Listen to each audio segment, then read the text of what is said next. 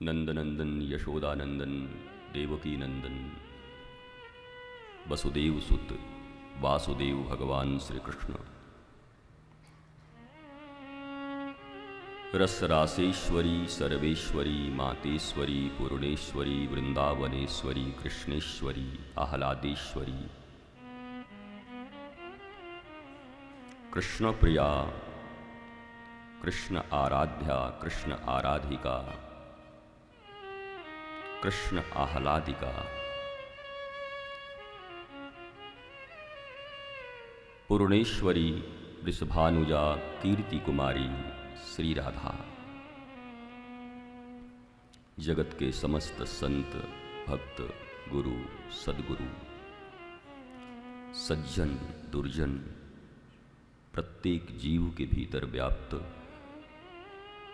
समान रूप से भगवान राधा गोविंद और सीताराम जी का प्रत्यक्ष दर्शन करते हुए सिया राम मैं सब जग जानी करऊं प्रणाम जोरी जुग पानी।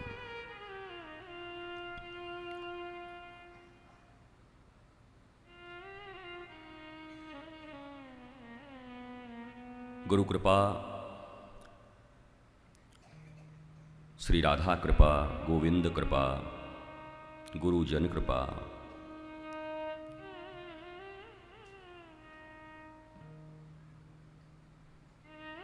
और शुभत्व से भरे हुए हृदयों के अधीश्वर स्वामी जितने भी मानव मात्र हैं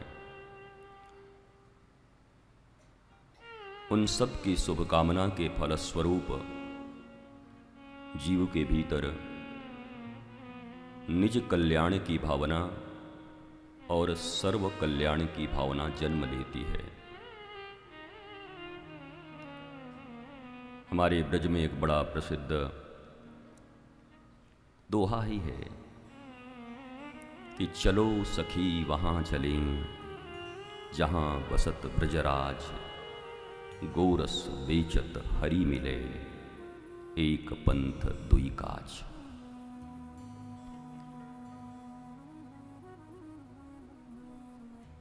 निज कल्याण और सर्व कल्याण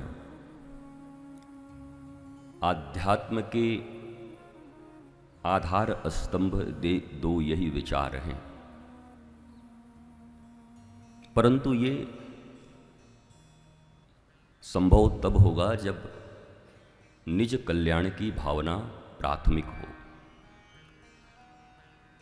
सोशल वर्क, देश के लिए कर्म, मानवता के लिए कर्म, ये सब थोथी बातें हो जाती हैं जब आपका निजी जीवन ही गर्हित हो, आपका निजी जीवन ही देह परक हो, आत्म परक नहीं, ज्ञान परक नहीं। प्रबोध, समझ, बुद्धत्व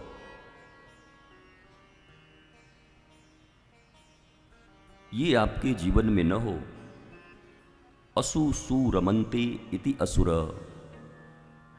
हम दो हमारे दो, अपने शरीर के ही रक्षण और भक्षण के लिए जो बाल्यकाल से लेकर मृत्यु की अवस्था तक दुर्लभो मानुषो देहि देहि नाम क्षण भंगुरः तत्रापि दुर्लभम मन्ये वैकुंठ प्रिय दर्शनम।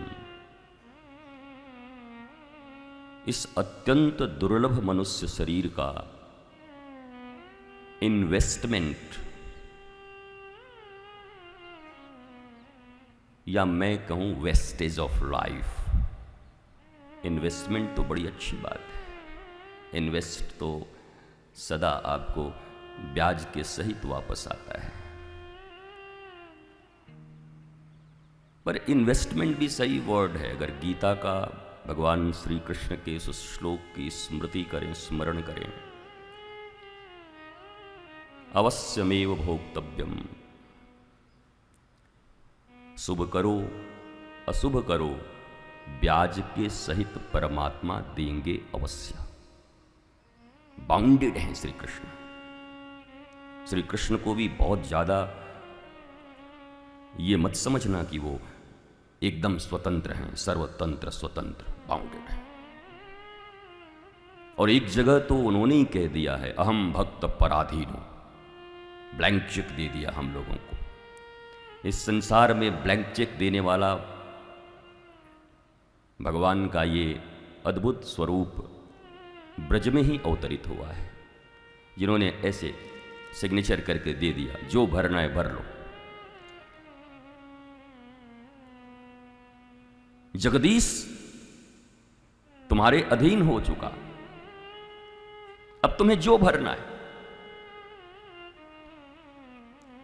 चाहो तो हिरण्यकश्यपु, रावण, कंस, पूतना, ताड़का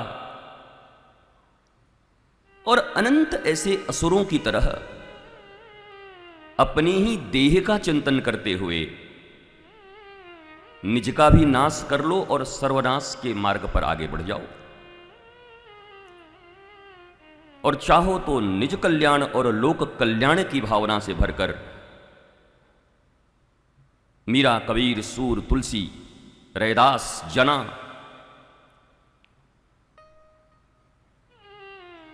और अनंत अनंत नाम,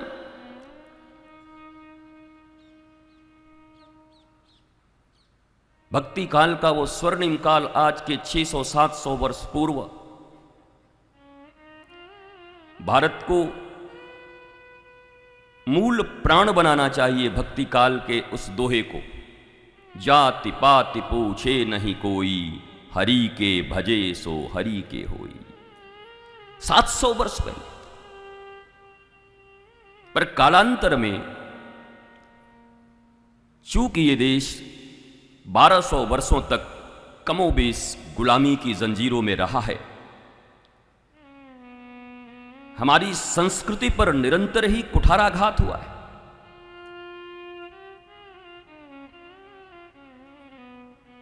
और किसी भी देश की संस्कृति तभी मिटती है जब उस देश में धर्म का मौलिक आधार के ऊपर आघात होता है।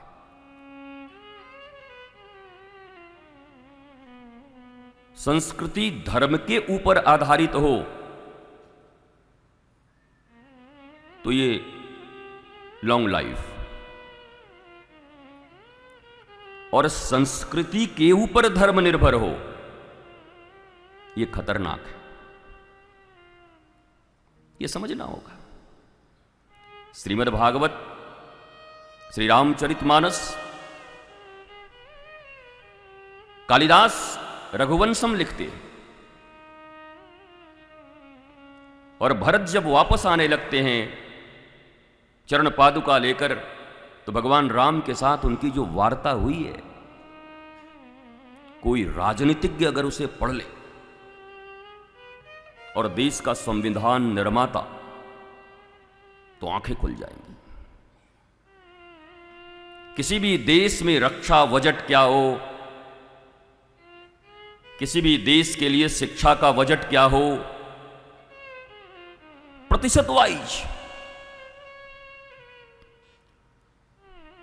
कोई इतना एलॉबरेट करके राष्ट्र के सामने, महाकवि कालिदास, मैं कल भी कह रहा था, कालिदास, भवभूति, दिंगनाथ, श्री हर्ष वाण भट्ट, हमारे देश ने बस ये जो इंपोर्टेड चीजें हैं उनके लोभ में अपने आधार स्तंभ को भुला दिया। और उनमें सबसे बेहतर अवस्था यह है कि वो यहीं से ले जाते हैं इंपोर्ट करके, और फिर डब्बे पर मारते हैं अपना स्टाम्प, और फिर हमारे ही देश में लोग पागल हुए जाते हैं उसे खरीदने के लिए, अपनाने के लिए।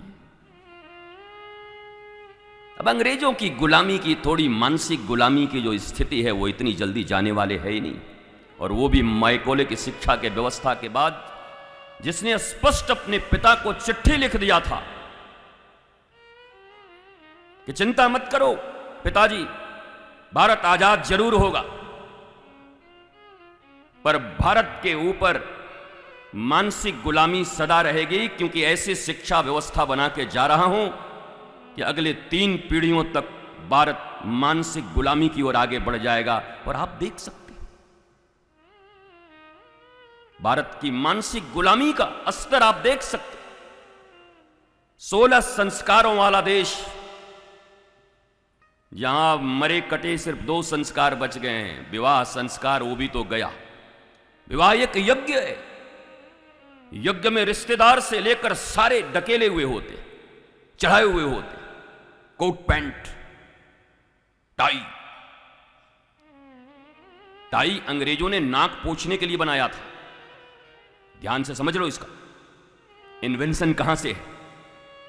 वहां सर्दी पड़ती थी, रुमाल बहुत रखा नहीं जा सकता, तो टाई का निर्माण इसलिए हुआ था कि अचानक ही निकाल के नाक को थोड़ा ठीक कर ले। ये हिंदुस्तानी क्यों टांग के चल रहे हैं, मैं आज तक नहीं समझ पाया। तुम्हारे देश में ऐसी कौन सी सर्दी पड़ रही है? तो बहुत सी परंपराओं को हमने ऐसे स्वीकार किया है जिन परंपराओं के विषय में न कभी किसी गुरुमुख से हमने सुना, न शास्त्रों में देखा, न पढ़ा, और पढ़े भी कैसे। कोर्स की किताबें पढ़ते पढ़ते ही 3 साल 4 साल के बच्चे हैरान हैं, परेशान हैं होमवर्क करते करते। और होमवर्क अकेला बच्चा नहीं कर रहा, मां बाप मिलके भी कर रहे हैं, तब भी पूरा नहीं हो रहा।